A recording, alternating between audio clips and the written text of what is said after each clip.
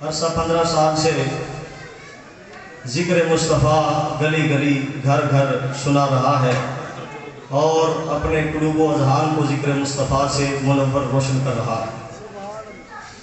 ہم اللہ کا جتنا بھی شکر ادا کریں کم ہے، اور آج خوشی کی بات یہ بھی ہے آج اقبال ڈے بھی ہے۔ آج اس عاشق رسول عاشق صادق علامہ محمد اقبال رحمۃ اللہ تعالی علیہ آپ کا یوم پیدائش بھی ہے، اور میں اقبال کے ایک شعر کے ساتھ بلا تاخیر دعوت خطاب دوں گا۔ ایک مرتبہ سیالکوٹ کی سرزمین پہ علامہ محمد اقبال کسی جلسے کے صدارت فرما رہے تھے۔ ایک نعت پڑھنے والا نعت پڑھ رہا تھا خوش الحال خوبصورت لہجے کے ساتھ، اور کلام بھی سیدی اعلیٰ حضرت کا، سب کہیں سبحان اللہ، اعلیٰ حضرت امام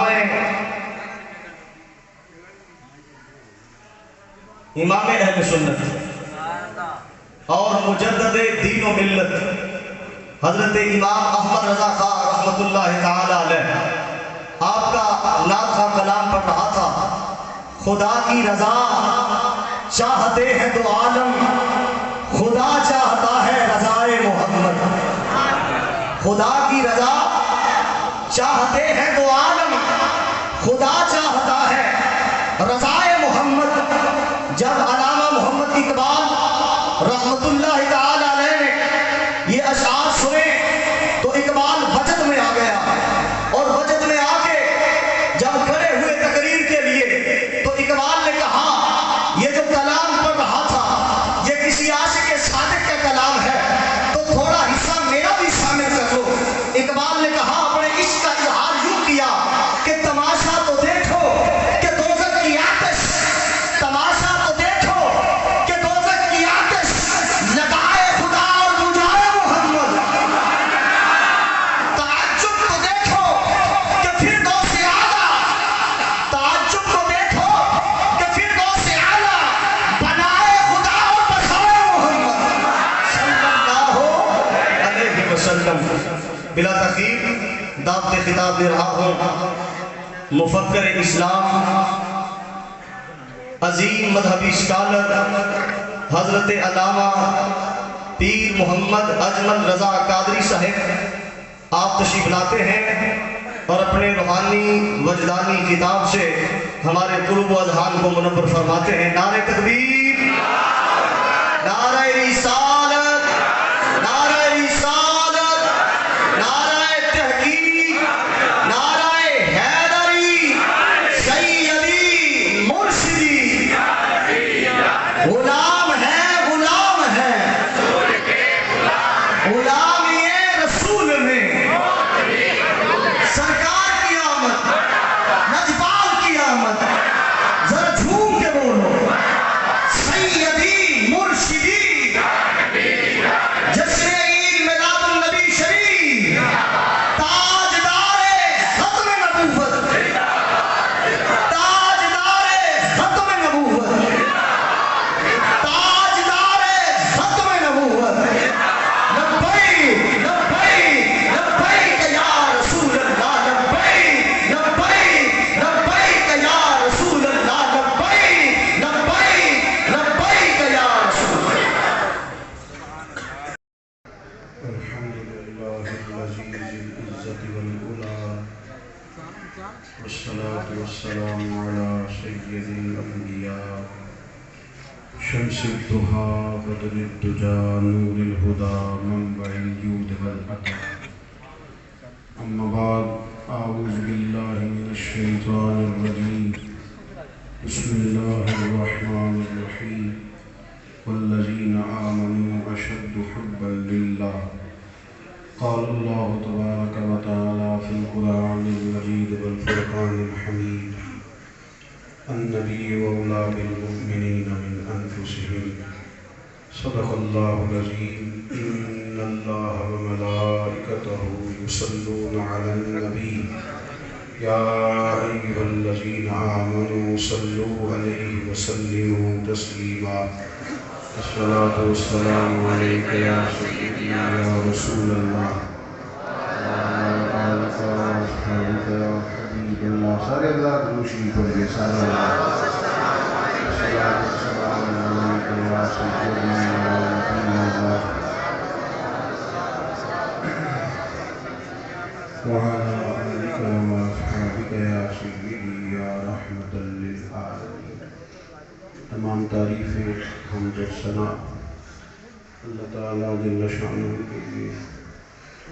درود و سلام نبی اکرم نور مجسم شفیع معظم آقا کل ختم رسول دانا سبل احمد مجتبی جناب حضرت محمد مصطفیٰ اعلیٰ تحیت و السلام کی ذات والا صفات کے لیے حمد و سلام کے بعد عزیز دوستوں بزرگ و بھائیوں بالخصوص ذی احترام عالی وقار حضرات علماء کرام محفل میلاد مصطفیٰ صلی اللہ تعالیٰ علیہ وسلم کے عنوان کے سائے کرے اللہ تعالیٰ نے ہم سب کو اپنے گھر میں جمع ہونے کا موقع دیا ہے.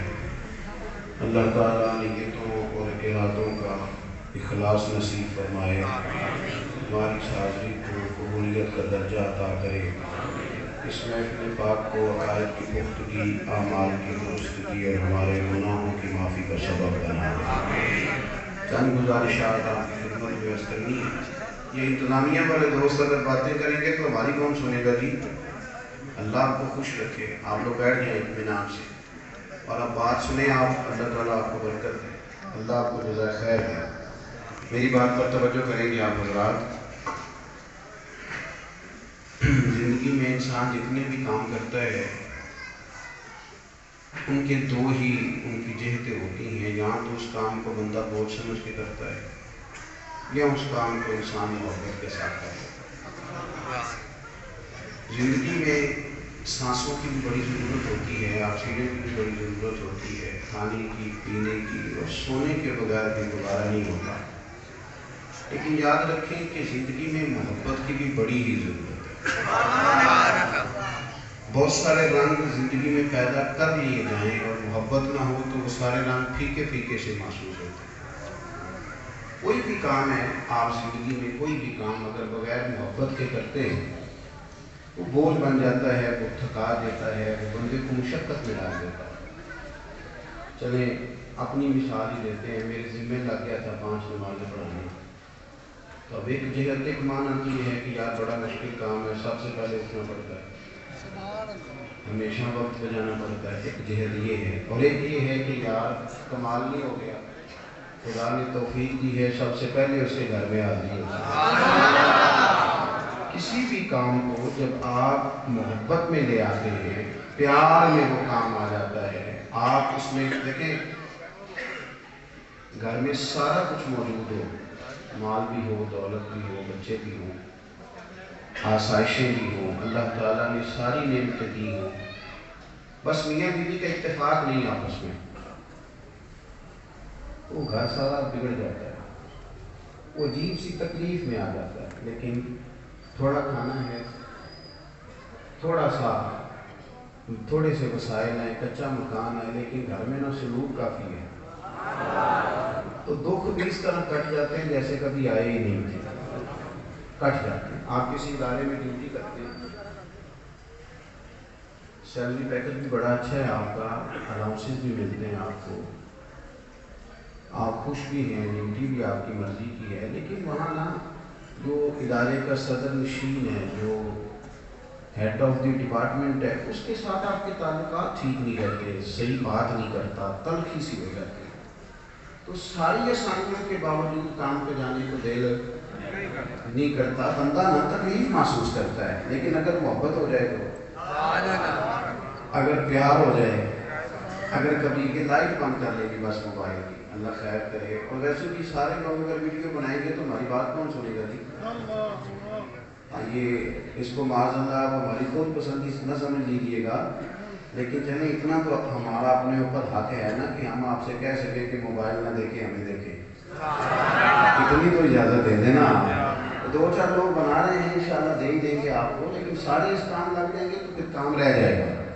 اللہ تعالیٰ آپ کو خوش رکھے۔ اور ویسے بھی فوٹو کا ثواب ابھی تک کسی مفتی نے نہیں بتایا، میں نے کئیوں سے پوچھا ہے کہ ایک فوٹو پہ کتنی نیکیاں ملتی ہیں، کسی نے نہیں بتایا۔ تو اس کو تاریخ نہ کریں، یہ تو ضرورت کے لیے جائز ہے، اس کو ہابی اور مشغلہ تھوڑا بنایا جائے۔ آپ میری بات پر غور کریں، تھوڑی سی باتیں عرض کر لیں۔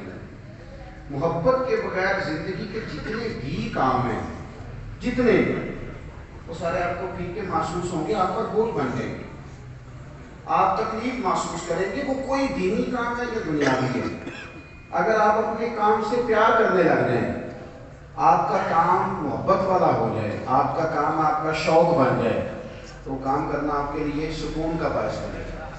وہ کام آپ کو تھکائے گا نہیں، آپ کو پریشانی نہیں ہوگی، آپ کا اپنا وجود کھینچنا نہیں پڑے گا، آپ آسانی محسوس کریں گے۔ میرے عزیز، اسی لیے میرے رب کریم نے انسانی فطرت کے مطابق فیصلے فرمائے۔ اللہ کے دستے قدرت میں نا انسانوں کے دل، رب چاہتا تو سب کے دل دین کی طرف پھیر دیتا، لیکن اس نے کہا نہیں، جس نے آنا ہے محبت سے آئے۔ محبوب کو شانیں دے دی ہیں، فضل و کمال دے دیا، جود و نوال دے دیا، حسن و جمال دے دیا، یہ شانیں دے دی ہیں، اب انہیں دیکھو اور ان کے شوق میں دین کی طرف آؤ محبت کے ساتھ۔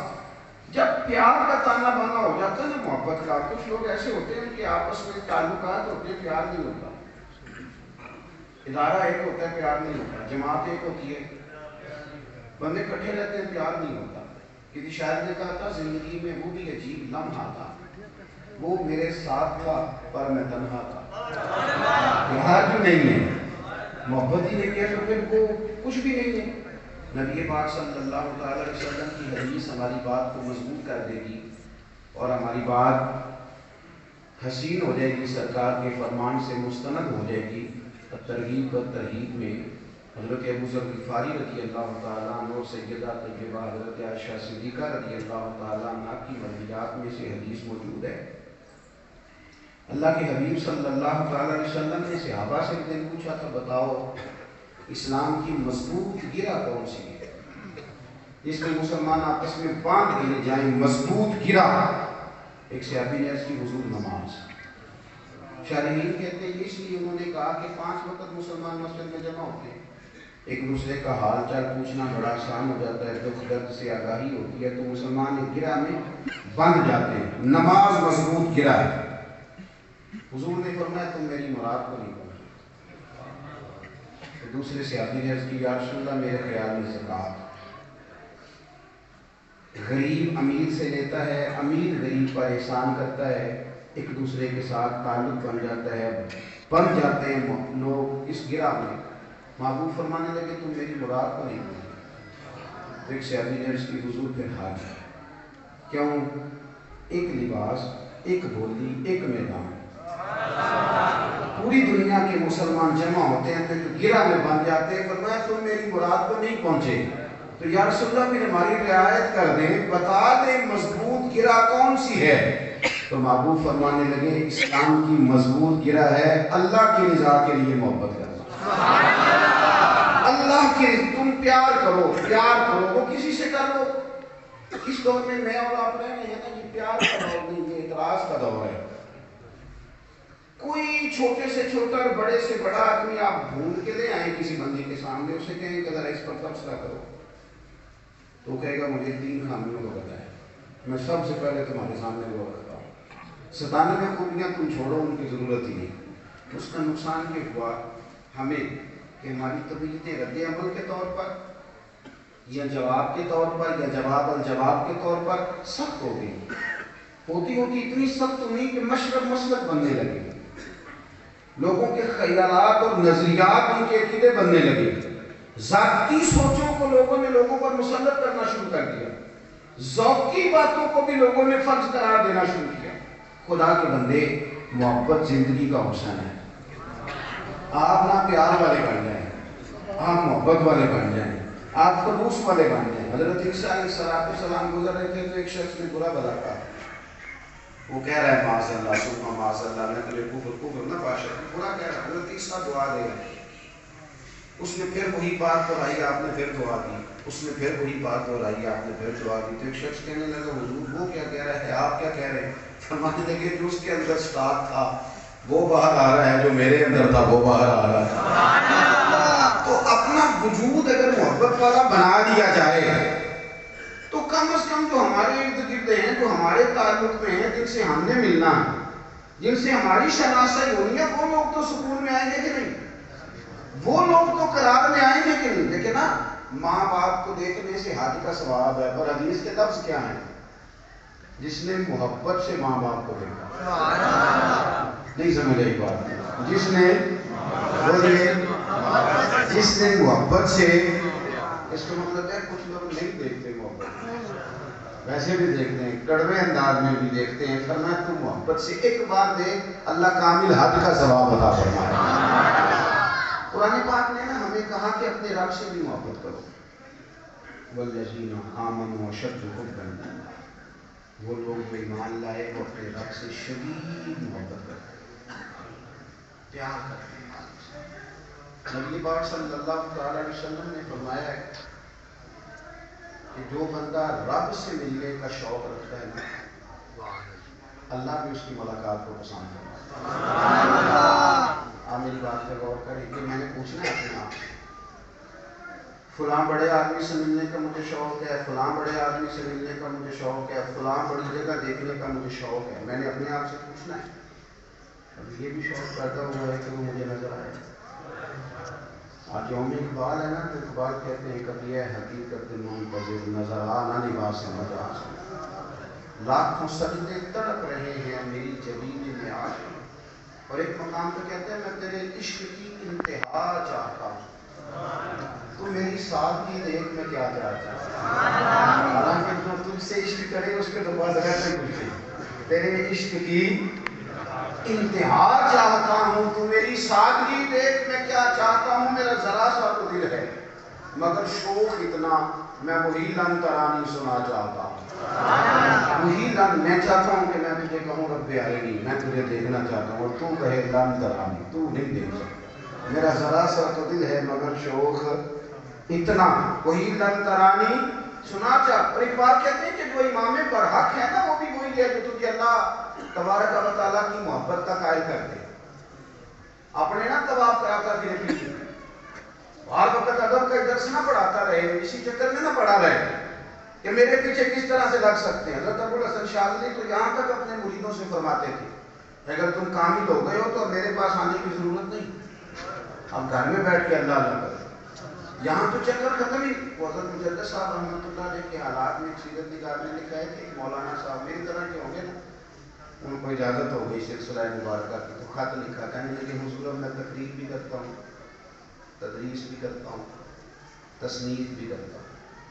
حضرت فرمانے لگے پتر مبارک ہو، اور یہ تو سارے کام لوگوں کے لیے کرتے ہو، اپنے لیے کیا کرتے ہو؟ تہجد میں اٹھ جاتے ہو، تمہیں تزکیہ اور تزکیہ کی کس پوزیشن میں تم فائز ہو؟ انفاق فی سبیل اللہ کا موقع مل جاتا ہے، کیا تسبیحات مکمل رہتی ہے؟ خود کام پہ ہو، یہ تو کام سارے ہیں، اس سے لوگ فیض یاب ہوں گے بڑے اچھے. تو حضرت ابو الحسن شاذلی فرماتے ہیں کہ ہر وقت یہی ذہن انسان کا رہے. اقبال نے ہمیں سبق دیا، کہنے لگے امام برحق بھی وہ ہوتا ہے جو رب کی محبت پیدا کرے. وہی ہے تیرے زمانے کا امام برحق جو تجھے حاضر و موجود سے بیزار کرے اور موت کی شکل میں دکھلا کے تجھے جلوہ یار زندگی تیرے لیے اور بھی دشوار کرے.